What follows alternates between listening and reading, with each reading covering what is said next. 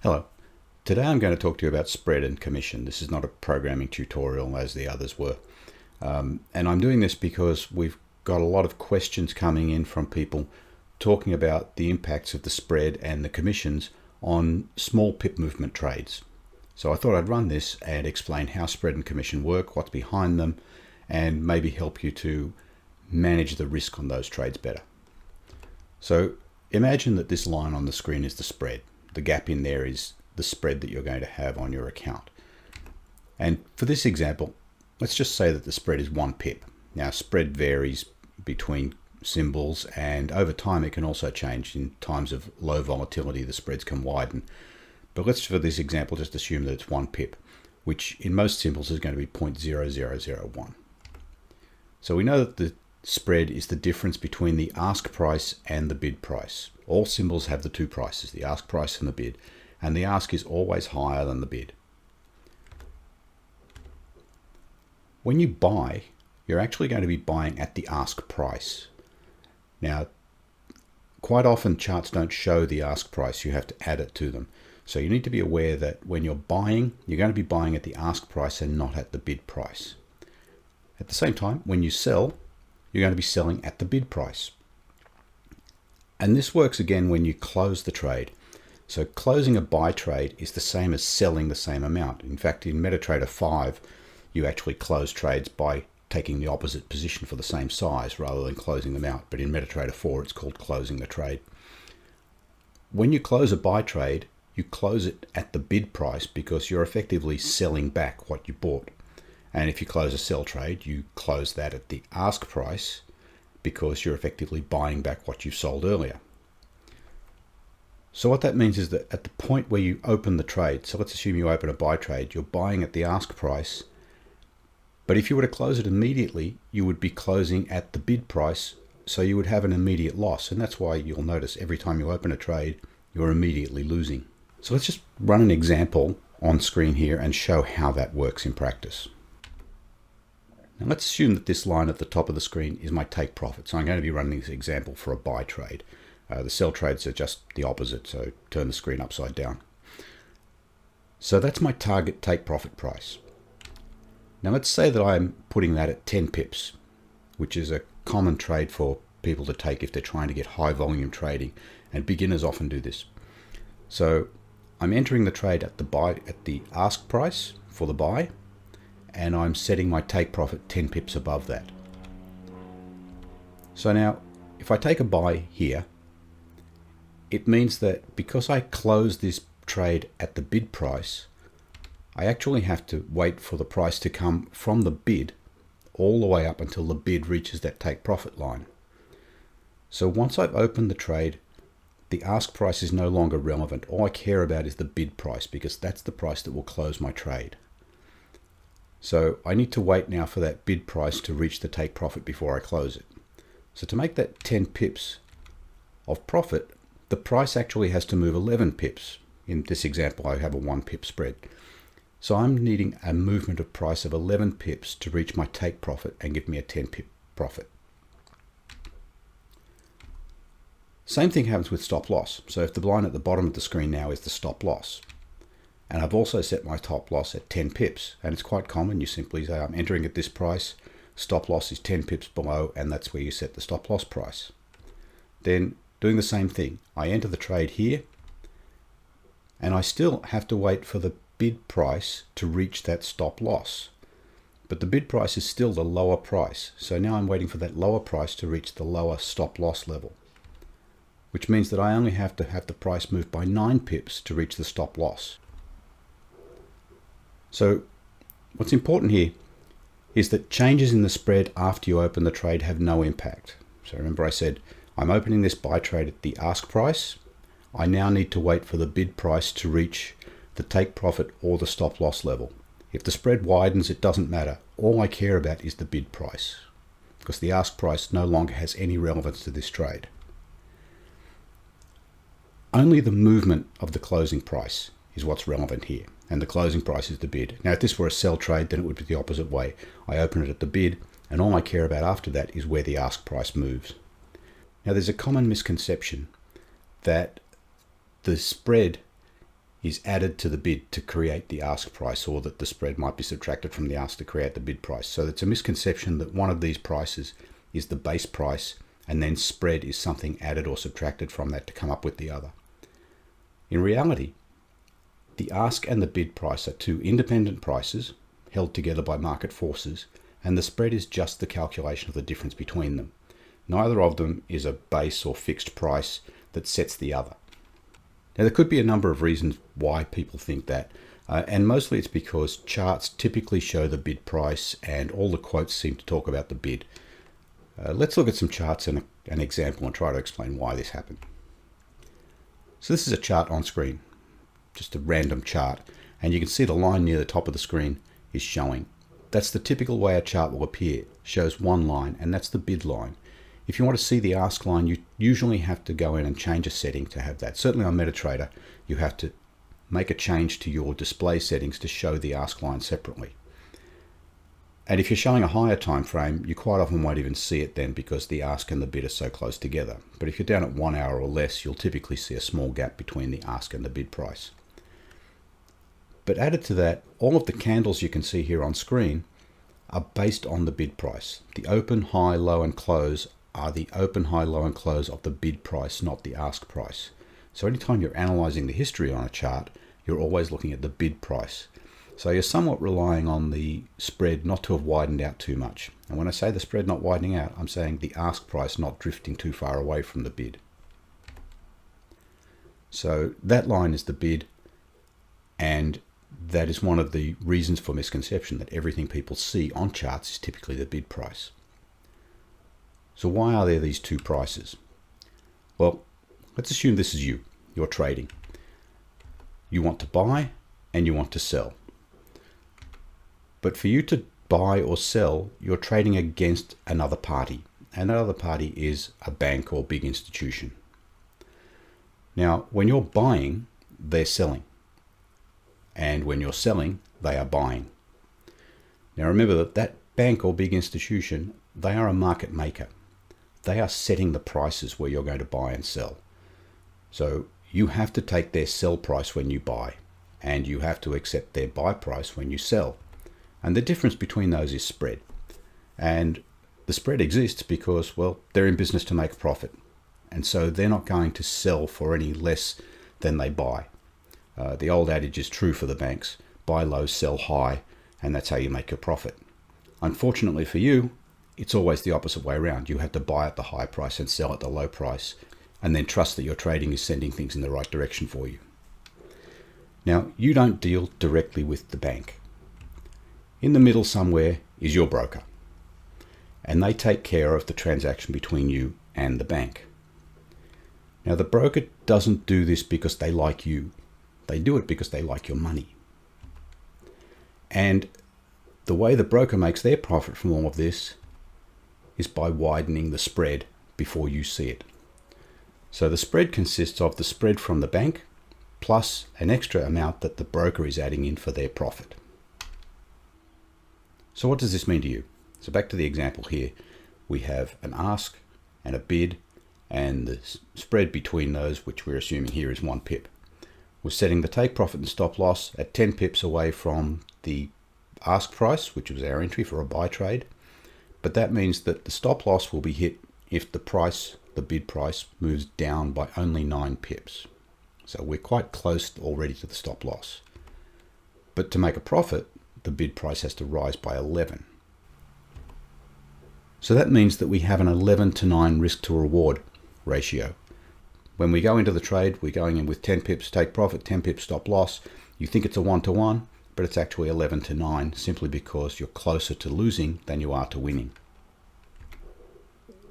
So the same profit and loss pips will mean that you have more probability of losing than you do of winning. And that's simply because an 11 pip movement in your favor is harder than a 10 pip movement in your favor. And at the same time, a 9 pip movement against you is easier than a 10 pip movement against you. And it's much easier than an 11 pip move for you. So the more pips you have to move, the harder it is to achieve.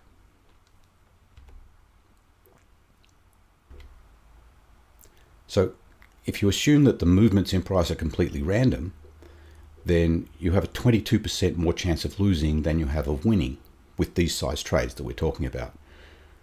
Now, typically, you'd be looking at maybe a 55 or 60% win rate.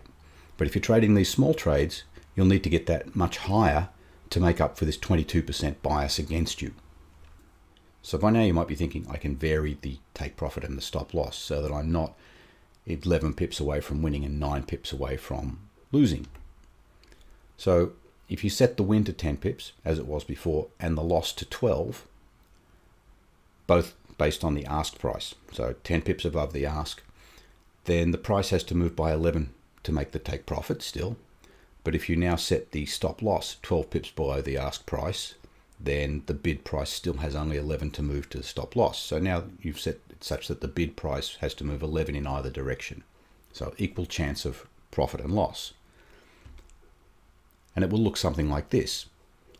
So we still have 10 pips movement in the ask price to the take profit, but the bid, which is the price where we close, has to move 11 to take profit. But it also has to only move 11 to stop loss. And that means that we've now set the risk equal on both sides. But by doing that, although we've got the same chance of reaching take profit or stop loss, the losses will be bigger because we now have 12 pip loss compared to a 10 pip win, even though the price has moved by 11, because remember that spread has been taken out there. So what we've done is replaced the 22% margin of probability between losing and winning with a larger loss compared to a win. So if you are trading on a simple coin toss type algorithm where you'll have the wins and losses equal, you'll still lose money because each time you lose, you will lose more than each time you win. So effectively, you still need a better win ratio, and it needs to be much better than that 55 or 60% win ratio. So what can you do to improve this situation? Well, you can't eliminate the spread. There's really nothing you can do about that. The only thing you can do is change the way you trade. So this example has been using a 10 pip take profit and stop loss, and that gives you a 22% more probability of losing than winning, or roughly 20% greater losses than wins if you evened out the probability. But if you increase this to a 50 pip take profit and stop loss, then you only have a 4% more chance of losing than winning, or the losses are 4% greater, which makes that 55 and 60% typical win rate much more attractive because now you've already overcome that additional probability of losing and winning. So the first piece of advice is don't take small movement trades. It's common for new traders to do this because they see that it's much easier to reach 10 pips than it is to reach 50 pips, and they think if they trade small sizes, then they can make those profits quite quickly and easily. But in reality, they lose more often than they win, or they lose greater amounts. Trading small movements can be done very successfully, but it's a technique for an experienced trader, not a beginner. And the other thing, this is just generally to watch for, is to avoid taking trades when that spread is already large. So wherever the spread is, remember, as soon as you've taken the trade, you're only concerned with the price on the other side. And in my examples, that price was 1 pip away. If you open a trade when the spread is 3 or 4 pips, then you're already 3 or 4 pips in loss before you even start the price movements. So typically spreads widen out at the end of the day or before news events or after news events. So you want to avoid those kind of times. And if you're writing experts, it might be worth building in something that doesn't trade when the spread is too large. Now, where does this leave us with lot sizing? Because quite often people will size their trades based on percentage of their account. Well, the same ratios apply to lot sizing. Whatever lot amount you trade, if you're trading on a small price movement, then you've got, in this example, 22% more chance of losing, or if the chances are equal, then you're going to lose more than you win if you only have a 50% win rate. So lot sizing doesn't really affect this, because you only have one lot size whether you're winning or losing. You can't say I'm going to win with 2 lots and lose with 1. It's one lot size for both. So you really have to make a decision on whether you're sizing the lots assuming you're going to win or sizing them assuming you're going to lose. Because if you size them one way or the other, if you size them for a win, then your losses are going to be bigger than you expected. And if you size them for a loss, then your wins are going to be smaller than you expected. So you just need to be aware of that. You can't do anything about it, but it's worth remembering in case you're getting strange results and can't understand why you're losing more than you're winning. But whatever you do with small pip trades or small pip movement trades, it's still much easier to lose than win, and you will lose more often and your losses will be greater. So you need a better win-loss ratio in your trading algorithm. So your strategy needs to be good enough to overcome that. Now, I said this is about spread and commission, so what about commission? If you're coding your experts or bots to trade, there is no function in MetaTrader 4 or 5 to tell you what the commission is going to be before you take the trade. There is a function to tell you what the current spread is, but there is nothing to tell you what the commission will be on that trade. Now, the commission is already set by your broker. When you open your account, they'll tell you what the commission rate is, and if that ever changes, they'll communicate to you, so you'll know that. Or you can look at old trades and see what the commission on those trades was. But certainly at the point where you're about to take it, there's no function that you can call to say, what is the commission going to be on this? You have to calculate that yourself. So you have to know what the commission is, either by entering it somewhere based on what you know about your broker, or looking at old trades to see what the commission was charged on those. And just to make it a little bit more confusing, in MetaTrader 4, typically the commission is charged up front when you enter the trade. And then when you close, there's no charge. That's just a function of the way MetaTrader 4 operates. It's possible for brokers to charge commission when you close the trade, but I've never seen it happen. So if it's happening to you, then maybe you want to think about switching brokers. With MetaTrader 5 though, I mentioned earlier that closing a buy trade is taking a sell. Well, in reality, that's what happens always. It's just that the MetaTrader 4 platform calls it a close, and in MetaTrader 5, you close by taking the opposite position. But in MetaTrader 5, it's more common then, because it's obvious that you're taking the opposite position. It's more common for brokers to charge commission on both sides of the trade. Now, that doesn't mean they're double dipping on the commission. They usually only charge half of the amount. So when you enter the buy, they'll charge half of the commission. And when you exit the buy by taking a sell, they'll charge the other half. So that's something else to be aware of. You're going to pay the full commission whatever happens, because you have to take a round trip. You can't just stay in the position forever. But in one case with MetaTrader 4, you'll typically see all of it up front. So at least once you've opened the trade, you know what the commission is. Where with MetaTrader 5, you need to be aware there could be commission coming at the end. And even that can vary by broker, because the brokers have the choice of whether they're going to charge on the exit or the entry, buy or sell. So once the trade's open, you can find the commission on that trade. In MetaTrader 4, it is a function, there's an order commission. And in MetaTrader 5, you can get the commission on the position. But that's of no help before you take the trade.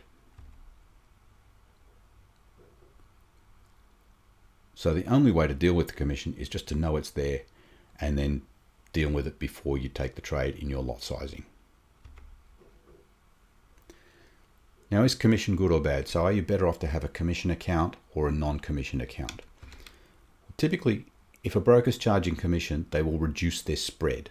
So they're making some profit on the commission, they don't need to make as much on the spread. Remember this diagram though. Brokers want to make profits.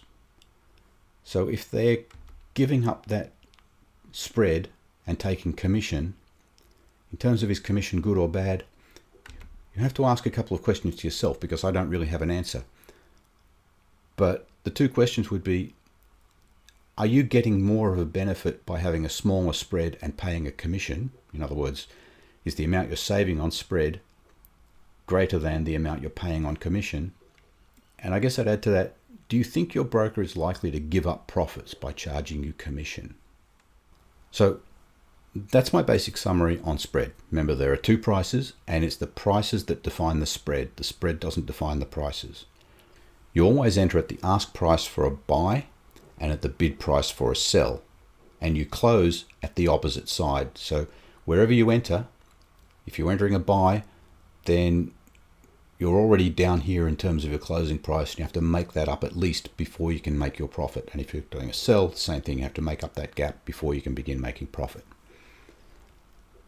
So be aware that you're going to open at one of those two prices and you're going to close at the other one. So any tracking that you build into your robots that you might be writing, you need to know whether you're tracking an open price or a close price. So if you're waiting to hit a target, you're waiting for the close price to reach the target, not the open price. So if you want to trade small price movements, you need to be aware that you need to have a good win to loss ratio to overcome the inherent problem or the likelihood of hitting the losses rather than the profits. And as I said earlier, beginners often trade these small price movements because it looks like it's much easier to say, oh, I think the price is going to make 10 pips, but I'm not sure it will make 20 or 30 or 40. And that's probably true. It is more likely to make 10 than to make 20 or 30, but it's also more likely to lose 9 than it is to make that 10. So the attractiveness of those small price movements is outweighed by the probability of loss or the amount that you will lose. And remember that commissions can be a big portion. If you're talking about trading only a 10 pip take profit or stop loss, then a 1 pip commission, that's 10%. But if you're trading a 50 pip take profit or stop loss, it's only 2%. So there's a larger amount that you're giving away to the broker if you're taking those small profits. Now, if you're good at trading, then yes, you make a lot of profits and you don't really care if you're giving some away to the broker because you're making enough. But if you're just scraping by, then you really don't want to be giving too much away in the trades. So that's all I have today. As I said, no coding directly, but I did mention the impacts of this on your coding. And I just wanted to get this information out there to share with you, because we do get a lot of questions from people talking about setting up their trading accounts and their EAs so that they can take their profits on very small price movements. And I don't think that's a good thing if you're just beginning. So I hope this has been useful to you, something a little different today. If it has been useful, then remember, click the like button. And if you want to see more of our videos, and there are going to be more on programming coming up, then click subscribe. And if you click the bell icon, then you'll be notified when we release new videos. So until next time, thank you for watching.